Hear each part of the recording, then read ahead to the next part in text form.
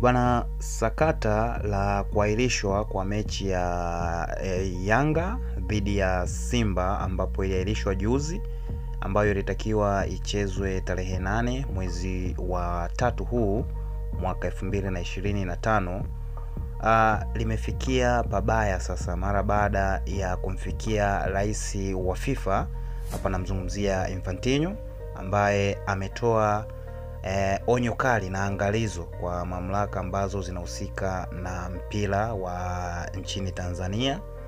Hapa alikuwa anamaanisha TFF, lakini pia na bodi ya ligi kwa maana ya TPLB, ambapo amewapa onyo kali kwamba sakata hilo anaomba liishe kisheria au liishe kikanuni. Haitajiki mtu yoyote kupendelewa au mtu yoyote kubebwa katika sakata hili au kuamliwa kwa yale wanaita kibinadamu au wanaita kiungwana. Sasa yeye amesisitiza kwamba hili ni sakata ambalo msipoangalia linaweza likawapelekea pabaya, ambapo TFF inaweza ikafungiwa kufanya kazi zake, kwa sababu itaonekana kama kuna viashiria vya upendeleo namna fulani hivi, ligi inakuwa haiendeshwi kwa ustadi. Kwa hiyo amewapa angalizo TFF, lakini pia na bodi ya ligi kwamba hili sakata liishe kwa kanuni na sio kukaa mezani kulimaliza. So kazi ni kwao TFF, lakini pia na bodi ya ligi, ambapo Yanga wao baada ya kutoa waraka mrefu juzi, baada ya kutoa waraka mrefu ambao pia ulikuwa na mambo mengi sana ambao walieleza mle, ambapo wao walisisitiza kwa msimamo mkubwa kweli kwamba hiyo mechi wao hawawezi kucheza tena hata kama itakuja. Labda kwa faida ya mtu ambaye hakuona huo waraka, naweza nikakusomea kidogo ili ujue ni wapi ambapo tatizo limetokea na tatizo limeenda wapi na kwa nini limefikia mpaka rais wa FIFA, kwa maana ya rais wa chama cha mpira duniani Infantino. Sasa Yanga wao waliandika taarifa yao kwa umma, ambapo ilikuwa ni March 9 mwaka 2025, siku mbili zilizopita, ambapo ilikuwa ni juzi kwa mkia jana. Yanga walianza kwa kusema kamati ya utendaji ya Yanga chini ya Rais Mhandisi Saidi imefanya kikao cha dharura leo tarehe 9, kwa maana ya juzi tarehe 9 Machi 2025, kwa njia ya mtandao kujadiliana na kukubaliana mambo yafuatayo. Kwanza, uongozi wa Yanga unatoa pole kwa mashabiki, lakini pia wanachama na wapenzi na wadau wa michezo wa mpira wa miguu waliosafiri kutoka sehemu mbalimbali duniani na kushindwa kushuhudia mechi yetu dhidi ya klabu ya Simba iliyokuwa ifanyike tarehe 8 March 2025 katika uwanja wa Benjamin Mkapa. Klabu ya Yanga ilifanya maandalizi yote ya mchezo kama inavyoelezwa kwenye kanuni, ikiwemo kushiriki kwenye kikao cha maandalizi ya mechi kwa maana ya MCM kilichofanyika tarehe 7 Machi 2025 majira ya saa 8 mchana kwenye hoteli ya Spice jijini Dar es Salaam. Kwenye kikao hicho ambacho kilihudhuriwa na klabu ya Yanga na Simba, wasimamizi wa mchezo ikiwemo mratibu wa mchezo, afisa usalama wa mchezo, mtathmini wa waamuzi, kamishna wa mchezo, lakini pia na watendaji wa bodi ya ligi. Klabu ya Simba haikutoa taarifa ya kutaka kutumia uwanja wa Mkapa siku moja kabla ya mchezo husika kwa ajili ya kufanya mazoezi kama kanuni ilivyoruhusu. Katika hali ya kushangaza, usiku wa tarehe 7 Machi 2025, klabu ya Simba iliwasili katika uwanja wa Mkapa ikiwa na magari kadhaa kwa ajili ya kufanya mazoezi, huku wakifahamu hawakuwa wamefuata taratibu za kupata haki yao ya kikanuni kama ilivyoainishwa kwenye taarifa ya bodi ya ligi, ikiwemo kuleta ombi hilo kwenye MCM, kuwasiliana na msimamizi wa mchezo, meneja wa uwanja, wala timu mwenyeji ambayo ni Yanga.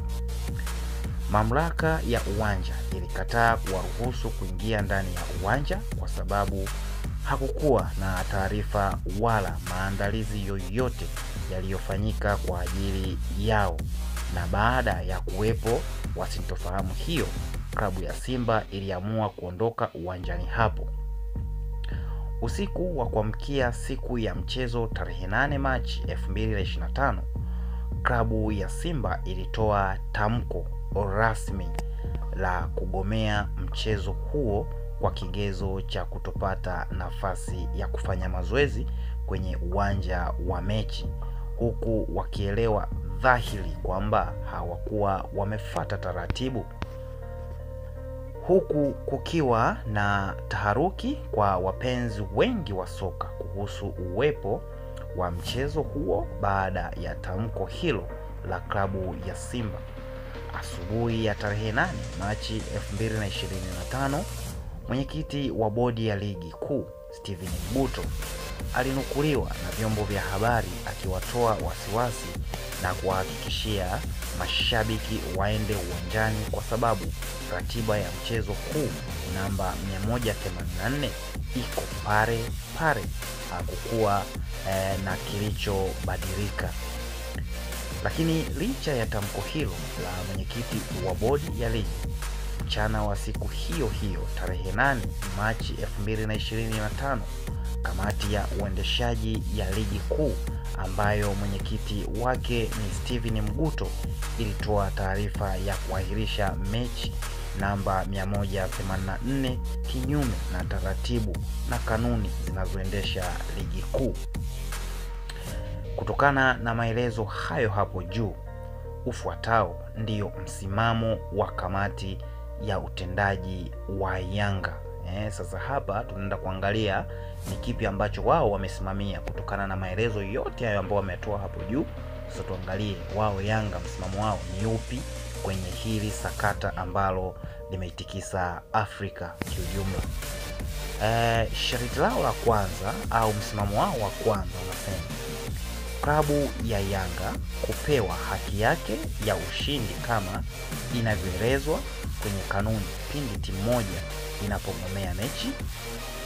2.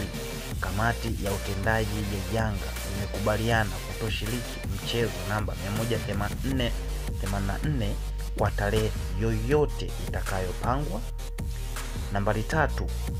Kutokana na mfululizo wa uvunjifu na kushindwa kusimamia kanuni za ligi kuu, klabu ya Yanga imekosa imani na kamati ya uendeshaji ya ligi kuu chini ya mwenyekiti wake Steven Mguto na katibu wa kamati hiyo Almas Kasongo. Hivyo tunaliomba shirikisho la mpira wa miguu TFF kuvunja kamati hiyo na kuteua viongozi wengine waadilifu na wenye nia njema kwa maslahi mapana ya mpira wetu.